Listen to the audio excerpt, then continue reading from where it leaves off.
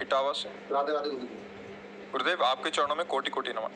गुरुदेव, मन में एक सवाल हमेशा रहता है कि प्रभु ने मनुष्य को उसके कर्मों के अनुसार सजा दे, परंतु धन की कमी ना दें, क्योंकि जब किसी एक पिता के बच्चे को अच्छे कपड़े, अच्छी शिक्षा और अच्छा खान पान और दूसरे को गरीब, इतने में तो होश नहीं है, अगर और ज्यादा देंगे तो बावरे बन जाओगे। 10 रुपया दिया जाए, ईमानदारी से सही जगह खर्चा करके आओ तो 100 रुपया का अधिकार प्राप्त हो जाएगा, और 10 ही रुपया गलत जगह खर्चा कर दे तो पिता 100 रुपया देने में हिचकेगा। यद्यप तुम्हारी ही संपत्ति है, तुम उनके बेटे हो, पर तुम्हारी बुद्धि अभी ठीक नहीं है, सुसुख वांछा से युक्त है। धन का उपभोग करके हम अपनी मान, प्रतिष्ठा, वासना की पूर्ति करना चाहते हैं, और यही हमको बांधे हुए है। हमारा पिता परमानंद प्रदान करना चाहता है, इसलिए वो कहता है इस वासना, इस ममता और आसक्ति और भोगों में सुख है, इस भावना का तुम्हारे को हटाना है। कैसे हटाओगे? तुम हटा नहीं पा रहे, हम हटाना शुरू करते हैं। जहां जहां तुम्हारी आसक्ति होगी मैं मिटा दूंगा। जहां जहां तुम जो चाह करोगे उसको पूर्ण ना करके तुम्हें वो मार्ग दिखाऊंगा जिसमें परमानंद की प्राप्ति होगी। भगवान के इस भाव को न जानने के कारण संसारी आदमी पूछता है, वो मायापति है, उनके लिए धन संपत्ति दे देना कोई बड़ी बात है। एक आदमी 10-20 उसके भैंस गाय सब थी, खूब खान पान, 4 पाई डाले आराम से बैठा था, नौकर चाकर दूध दूरे थे सब। भगवान शंकर और पार्वती जी ने दृष्टांत से समझाया गया है, कहा कि चलो हम तुम्हें भक्त के दर्शन कराते हैं। पार्वती जी से कहा, उसके दरवाजे गए और कहा भैया 100 ग्राम दूध मिलेगा? साधु वेश में, हमारे ठाकुर शालिग्राम जी, उनका अभिषेक करना है। चल दिए सुबह से मांगने के लिए, दबका के भगा दिया। महादेव जी दूर हटे और कहा भगवान जितनी इसके पास संपत्ति है इससे 100 गुना इसको और दे दो। पार्वती जी को थोड़ा सा लगा, सब औघड़नाथ कहते, इनको है भी औघड़नाथ। उसने 100 ग्राम दूध नहीं दिया और इन्होंने वरदान दे दिया कि जितनी संपत्ति है उससे 100 गुना और बढ़ा दो, पर कुछ नहीं बोले। गए तो एक नगर के किनारे गंगा जी के तट पर फूस की झोपड़ी में एक भगत रहते थे, उनकी माँ थी उसी में, और एक गाय थी जो 100-200 ग्राम ही दूध देती होगी।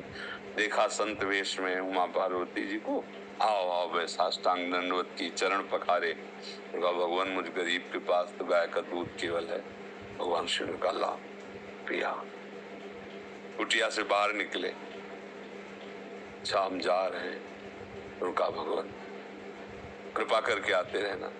भगवान कृपा करो, इसकी मैया और गैया दोनों का अपहरण कर लो, इसकी गैया और मैया दोनों को हटा दो।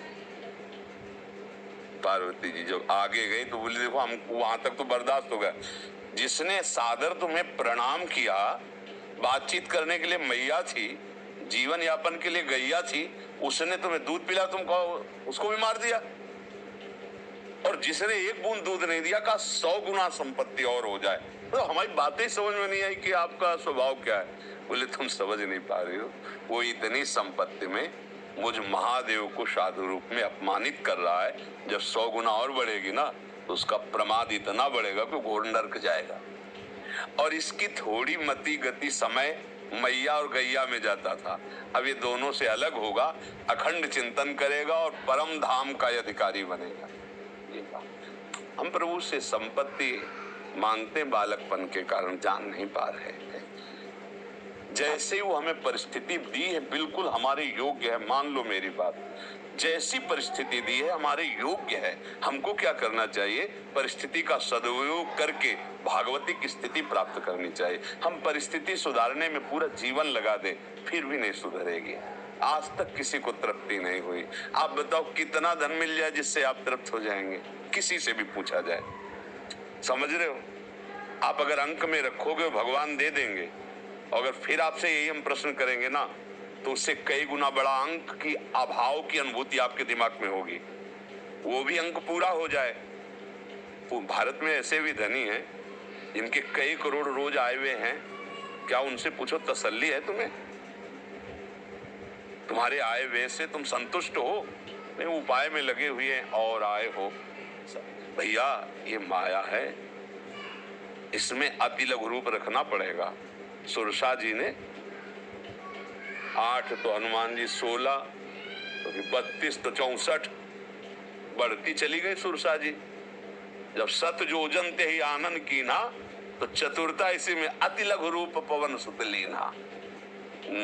अंदर प्रेम बोले हो गया बता, अब मैं आशीर्वाद दो, अपने काम के लिए जाए।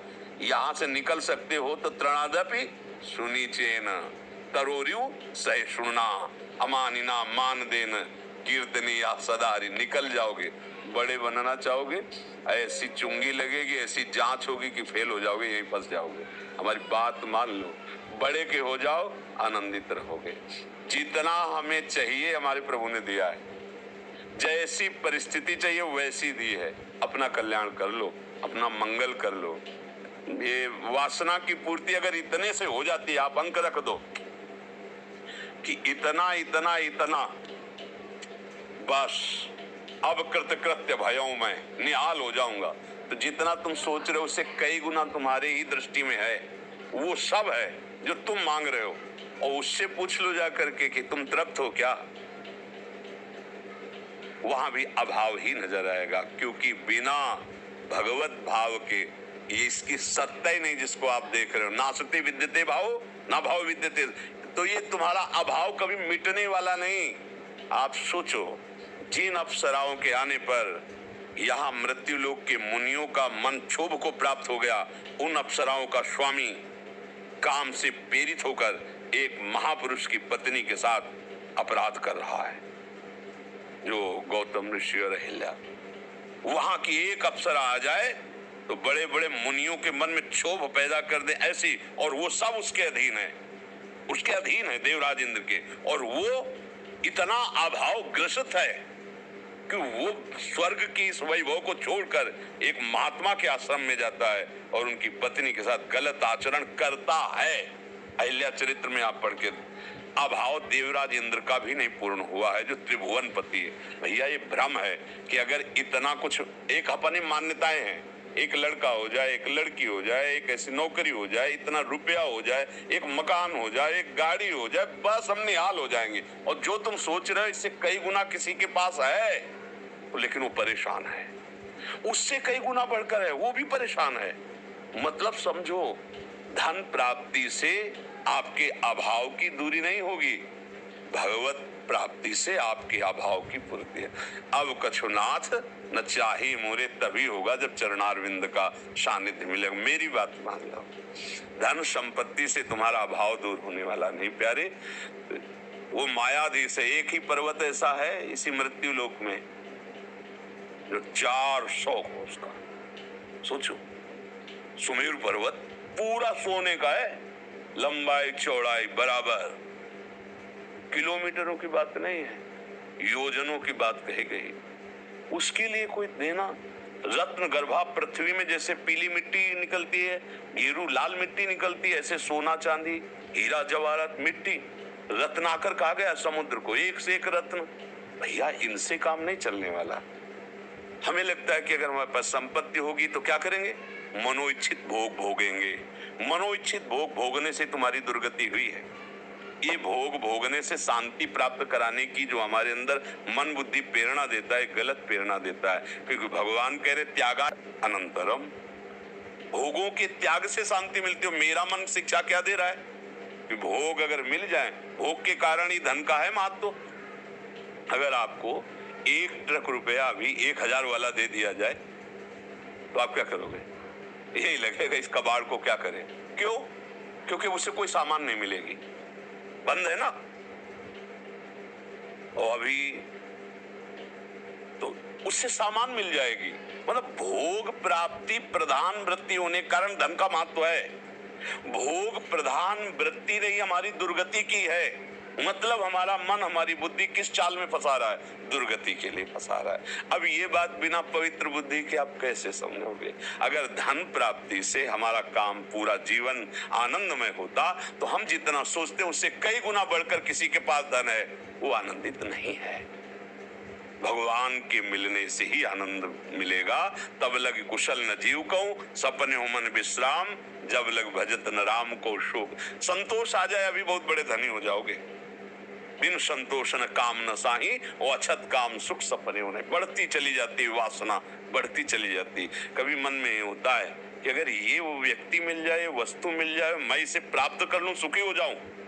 अगर वो मिल जाए तो कुछ ही दिन बाद आप देखोगे फिर तीसरे पे नजर चली जाएगी, फिर चौथे पे, मतलब आप गंदे होते चले जाओगे, गिरते चले जाओगे। आज तक कहीं किसी को विश्राम नहीं मिला है।